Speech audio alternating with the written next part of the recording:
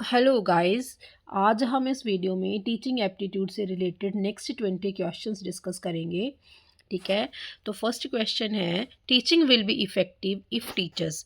Teaching हमारी कब effective होगी? अगर टीचर्स को बहुत ज़्यादा एक्सपीरियंस होगा सब्जेक्ट पढ़ाने का, वो बहुत ज़्यादा मटेरियल यूज़ करेगा क्लास के अंदर, उसको अपने सब्जेक्ट के अंदर मास्टरी होगी, और या फिर अगर वो स्टूडेंट को जो पता है वहाँ से स्टार्ट करेगा। तो आप सभी को पता है, हमें जब भी कोई नया टॉपिक क्लास में स्टार्ट करना है, उसकी जस्ट प्रीवियस नॉलेज के साथ रिलेट करना ही करना है। तो जब हम ऐसा करेंगे तो हमारी जो लर्निंग होगी मीनिंगफुल होगी और इंटरेस्टिंग भी रहेगी, और बच्चे क्लास में क्या रहेंगे, इंगेज रहेंगे। बच्चों को इंगेज करने के लिए ही हमें पहले उनकी प्रीवियस नॉलेज को यूज़ करना है, देन उसके बाद उसको न्यू नॉलेज के साथ लिंक करना है।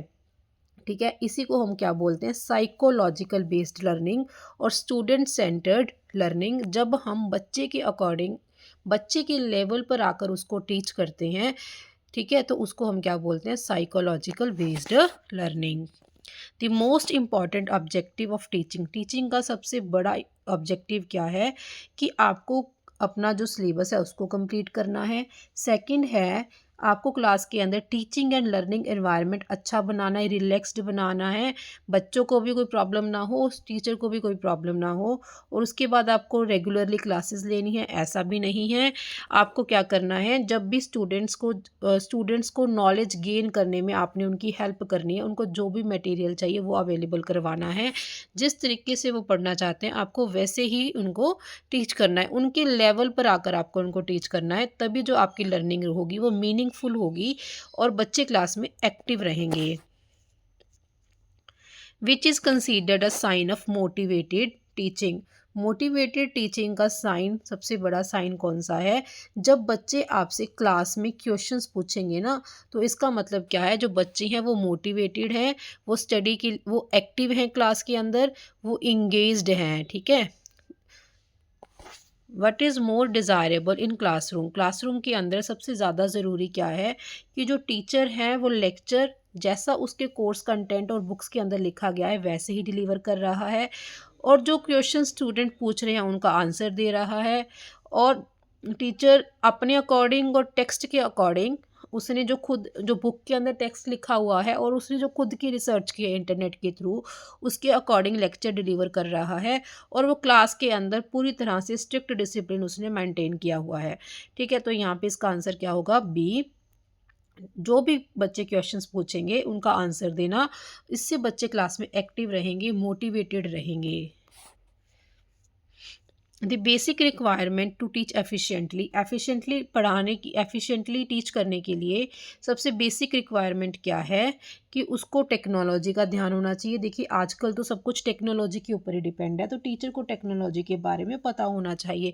तभी जितने भी एग्ज़ाम्स हो रहे हैं, NVS, KVS, DSSS, जितने भी एग्ज़ाम्स होते हैं उसमें ICT 10 to 15 मार्क्स की ज़रूर कंसिडर की जाती है, बिकॉज सभी को, चाहे वो पंजाबी का टीचर है चाहे हिंदी का है, उसको आईसीटी की जो बेसिक नॉलेज है वो तो पता ही होनी चाहिए। उसको अपने टॉपिक के ऊपर मास्टरी होनी चाहिए, ऐसा भी ज़रूरी है, क्योंकि अगर उसको टॉपिक आता होगा तभी वो कॉन्फिडेंस से बच्चों को टीच कर पाएगा। उसको डिफरेंट स्ट्रैटेजीज़ के बारे में पता होना चाहिए कि किस टॉपिक को टीच करने के लिए उसको कौन कौन सी स्ट्रैटेजी यूज़ करनी है। तो तीनों ही चीज़ें बहुत ज़रूरी हैं, तो इसका आंसर क्या रहेगा, D. If students do not understand what is taught in classroom the teacher should feel. जब बच्चे को जो आपने टीच किया है वो समझ ना आए, तब आप क्या करोगे, आप बच्चे को डिफरेंट वे के अंदर समझाओगे। देखिए जो क्वेश्चंस बहुत ईजी हैं, तो मैं उनके सारे के सारे ऑप्शंस को रीड नहीं करूँगी, मैं डायरेक्टली आपको आंसर बताऊँगी ताकि आपका टाइम वेस्ट ना हो, क्योंकि टाइम पहले ही बहुत कम रह गया है। A teacher will become an effective communicator. Teacher effective communicator कब बनेगा? He help students get correct answers to the questions on the topic. जब बच्चों की जो डाउट्स हैं वो उनको क्लियर करेगा, तो वो इफ़ेक्टिव कम्युनिकेटर बनेगा। जब बीच बीच में वो क्वेश्चंस पूछेगा, ठीक है, या फिर वो इंस्ट्रक्शनल्स एड यूज़ करेगा, या फिर वह छात्रों को यह समझने में मदद करे कि वे क्या पढ़ा रहा है, या फिर जो जहाँ वह छात्रों को विषय पर सही उत्तर पाने में मदद करेगा। वो छात्रों की मदद करेगा, छात्रों की हेल्प करेगा, छात्रों के जितने भी स्टूडेंट्स के जितने भी डाउट्स हैं उनको क्लियर करने में वो उनकी हेल्प करेगा। Those teachers are popular among students teachers कौन से पॉपुलर होते हैं स्टूडेंट्स के बीच में? ऑब्वियसली जो स्टूडेंट्स की हेल्प करते हैं उनकी प्रॉब्लम्स को सॉल्व करने में, उनके जो भी डाउट्स हैं जब उनको सॉल्व करेंगे ना टीचर्स, तभी वो उनके रोल मॉडल बनेंगे, उनके फेवरेट टीचर्स बनेंगे। हाँ जी, बेंजामिन ब्लूम ने ब्लूम टैक्सोनॉमी दी थी। आपको पता है ये 6 लेवल हायरार्की है, जिसके अंदर इन्होंने बताया है कि हम किस तरीके से जो एजुकेशनल ऑब्जेक्टिव्स हैं उनको अचीव कर सकते हैं। ठीक है, बच्चे को हमें किस तरीके से टीच करना है एट द डिफरेंट लेवल्स, ताकि वो लो टू हाई लेवल तक पूरा का पूरा कंसेप्ट अच्छे से सीख सके। ठीक है, तो यहाँ पे बेंजामिन ब्लूम ने जो अपनी ब्लूम टैक्सोनॉमी दी वो कब दी? 1956 के अंदर दी। यूनिवर्सिटी ऑफ शिकागो यूएसए के अंदर इन्होंने इस थ्योरी को प्रोड्यूस किया। ठीक है, अब इसके अंदर इन्होंने 3 डोमेन बताए, कॉग्निटिव, अफेक्टिव एंड साइकोमोटर। ठीक है, कॉग्निटिव डोमेन के अंदर वो बात करते हैं बच्चे के ब्रेन की, और अफेक्टिव के अंदर वो बात करते हैं बच्चे के हर्ट की, और साइकोमोटर के अंदर वो बात करते हैं बच्चे के हैंड की। मतलब वो तीनों के तीनों एच डेवलप करने की बात करते हैं अपनी ब्लूम टेक्सोनॉमी के अंदर। हेड के अंदर उन्होंने बच्चे के कॉन्सेप्ट्स क्लियर करने हैं, बच्चे को इंटेलिजेंट बनाना चाहते हैं, और हर्ट के ज़रिए वो बच्चे के इमोशंस की बात करते हैं, और हैंड के ज़रिए वो बच्चे के साइकोमोटर स्किल्स की बात करते हैं, मोटर स्किल्स की बात करते हैं, जैसे डांस हो गया, स्विमिंग हो गई, इनकी बात करते हैं। Knowledge comprehension evaluation are levels of which domain? ठीक है, नॉलेज कॉम्प्रीहेंशन और इवेल्युएशन ये कॉग्निटिव डोमेन के लेवल है। देखिए, कॉग्निटिव डोमेन के अंदर सबसे पहले आता है नॉलेज, जिसके अंदर बच्चा कंसेप्ट को रिकॉल करता है या कंसेप्ट को एक बार थ्योरी समझता है। देन उसके बाद कॉम्प्रीहेंसिव, जिसमें टीचर अलग अलग तरीके के एग्जाम्पल्स देके बच्चे को एक्सप्लेन करता है जो कंसेप्ट उसने यहाँ पे उसने याद किया है। देन एप्लीकेशन के अंदर बच्चे को कुछ एग्जाम्पल्स दिए जाते हैं, जिसके अंदर बच्चा क्या करता है, जो उसने सीखा उसको अप्लाई करने की कोशिश करता है, प्रॉब्लम सॉल्विंग अप्रोच बच्चे की बनती है। देन उसके बाद हमारे पास आता है एनालिसिस। एनालिसिस के अंदर क्या करता है बच्चा, जो भी उसने सीखा और जो उसको पहले पता था उनके बीच में क्या करता है, कंपैरिजन करता है। अब एनालिसिस हो गया, एनालिसिस के बाद बच्चा क्या करेगा, सिंथेसिस करेगा। सिंथेसिस के अंदर बच्चा क्या करेगा, जो उसने पहले नॉलेज गेन की उसको थोड़ा सा और इलेबोरेट करेगा। एंड के अंदर जाकर बच्चे की जितनी भी उसने नॉलेज की उसको इवेल्यूएट किया जाएगा टीचर के द्वारा। ठीक है, तो यहाँ पे 6 लेवल हायरार्की है जो ब्लूम ने बताई है। ठीक है, नॉलेज, कॉम्प्रीहेंशन और इवेल्युएशन ये तीनों के तीनों कॉग्निटिव डोमेन का पार्ट है। कॉग्निटिव डोमेन के अंदर तीनों ही चीज़ें आती हैं। एप्लीकेशन, जिसके अंदर बच्चा जो भी उसने सीखा उसको किसी प्रॉब्लम के ऊपर अप्लाई करके देखता है। एनालिसिस के अंदर बच्चा ने जो भी कुछ सीखा उसको एक प्रैक्टिकल रियल लाइफ के अंदर इंक्लूड करके कोई नई एप्लीकेशन बनाने की कोशिश करता है। और सॉरी, एनालिसिस के अंदर जो भी उसने सीखा उसको छोटे छोटे पार्ट्स के अंदर डिवाइड करके उसको अच्छे से समझने की कोशिश करता है। फॉर एग्जांपल, मैंने बच्चे को लीफ के पार्ट्स के बारे में बताया।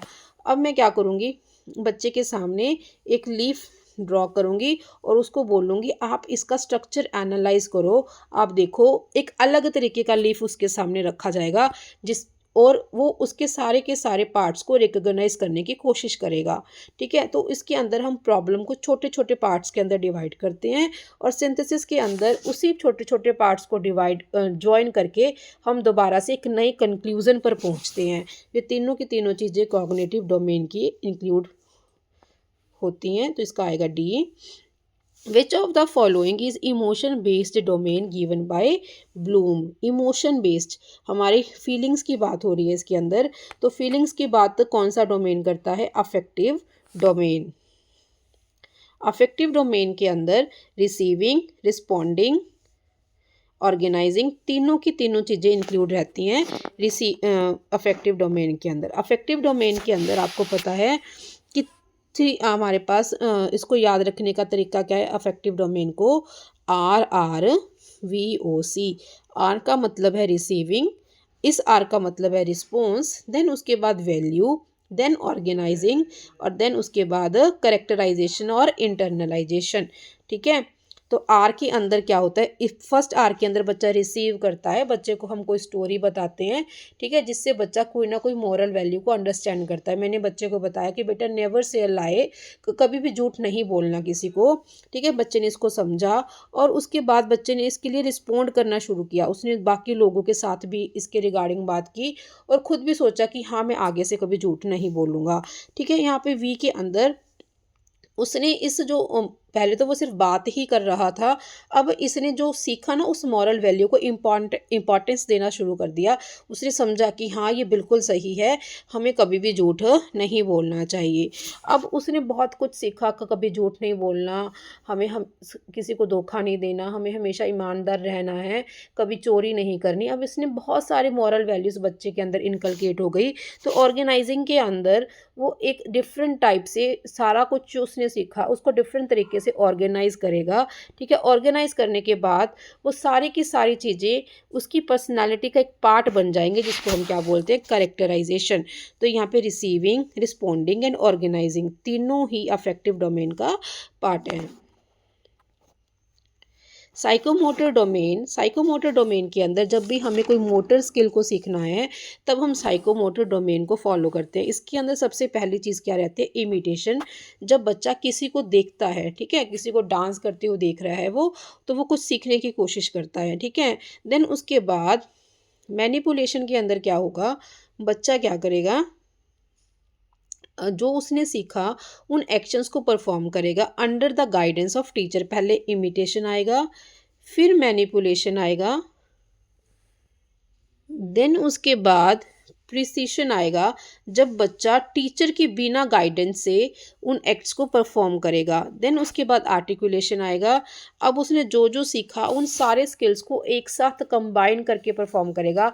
अब एक टाइम ऐसा आएगा कि वो ऑटोमेटिकली जो सारे स्किल्स उसने सीखे हैं उसकी पर्सनालिटी का पार्ट बन जाएंगे, अनकॉन्शियस माइंड के अंदर चले जाएंगे। तो उसको हम तब क्या बोलेंगे, नेचुरलाइजेशन। क्या बोलेंगे इसको, नेचुरलाइजेशन। तो यहाँ पे हमारे पास क्या है, ऑब्जर्विंग, इमिटेटिंग, प्रैक्टिसिंग, जो तीनों की तीनों चीज़ें हैं वो हमारे साइकोमोटर डोमेन के अंदर शामिल हैं। तो इसका आंसर क्या रहेगा, D. Which of the following is a problem related to teaching. Teaching के अंदर इनमें से कौन सी प्रॉब्लम है, फॉल्टी करिकुलम। ऑब्वियसली अगर सिलेबस सही नहीं होगा, फर्स्ट क्लास के बच्चे को हम World War I पढ़ाने लग जाएंगे तो वो सही नहीं होगा। फॉल्टी टीचिंग मेथड, अब टीचिंग मेथड ही अगर टीचर सही से यूज़ नहीं करेगा तो भी सही नहीं है, और स्कूल के अंदर टीचर्स नहीं है तो ये तो सबसे बड़ी प्रॉब्लम है। तो तीनों की तीनों ही एक प्रॉब्लम्स हैं। करिकुलम इन इंडियन स्कूल्स, हमारे स्कूल्स के अंदर जो करिकुलम है वो कैसा है, लैक ऑफ यूटिलिटी, क्योंकि हम थ्योरेटिकल चीज़ों को ही पढ़ते रहते हैं, जो रियल लाइफ के अंदर काम आने वाली चीज़ें हैं वो हमें नहीं पढ़ाई जाती, मतलब it is not related to life, पूरा का पूरा थ्योरेटिकल है। तो इसका आंसर भी क्या रहेगा, डी। जो टीचिंग मेथड इंडियन स्कूल्स के अंदर अडॉप्ट किया गया है वो कैसा है, up to the mark, problematic, unscientific. ठीक है, जो हमारे टीचिंग मेथड है वो कह रहे हैं कि प्रॉब्लमेटिक या अनसाइंटिफिक है। तो इसका आंसर क्या रहेगा, D. Which of the following is result of faulty teaching method. अब फॉल्टी टीचिंग मेथड के अंदर क्या होगा कि बच्चे का फिजिकल लेवल और मेंटल लेवल दोनों का ही ध्यान नहीं रखा जाएगा, और बच्चा क्या हो जाएगा, शिक्षा से ऊब जाएगा, बोर हो जाएगा, उदासीन हो जाएगा। तो इसका आंसर क्या रहेगा, D. Attitude of teachers should be, teachers का एटीट्यूड कैसा होना चाहिए, बहुत ज़्यादा गुस्से वाले नहीं, बिल्कुल नहीं, बहुत ज़्यादा पोलाइट वो भी बिल्कुल नहीं, क्योंकि बच्चे नहीं फिर टिकने देंगे आपको। न्यूट्रल, हाँ जी, न्यूट्रल होना चाहिए आपका एटीट्यूड। ठीक है, ना तो ज़्यादा गुस्से वाला ना ही ज़्यादा पोलाइट, ऐसा कि बच्चे आपसे कंट्रोल भी हो जाएं और एट द सेम टाइम वो आपसे डाउट्स को भी पूछ सकें। होप सो आपको ये 20 के 20 क्वेश्चन समझ आ गए होंगे। स्टिल अगर आपको कोई डाउट है आप कमेंट बॉक्स के अंदर पूछ सकते हैं, कमेंट सेक्शन के अंदर आप कमेंट कर सकते हैं। और मेरा चैनल है EMRS_NVS, अगर आपको इसकी PDF चाहिए तब आप वहाँ से ले सकते हैं, टेलीग्राम से। ठीक है, अगर वीडियो पसंद आई है तो प्लीज़ वीडियो को लाइक कीजिए, शेयर कीजिए और चैनल को सब्सक्राइब कीजिए। Bye bye.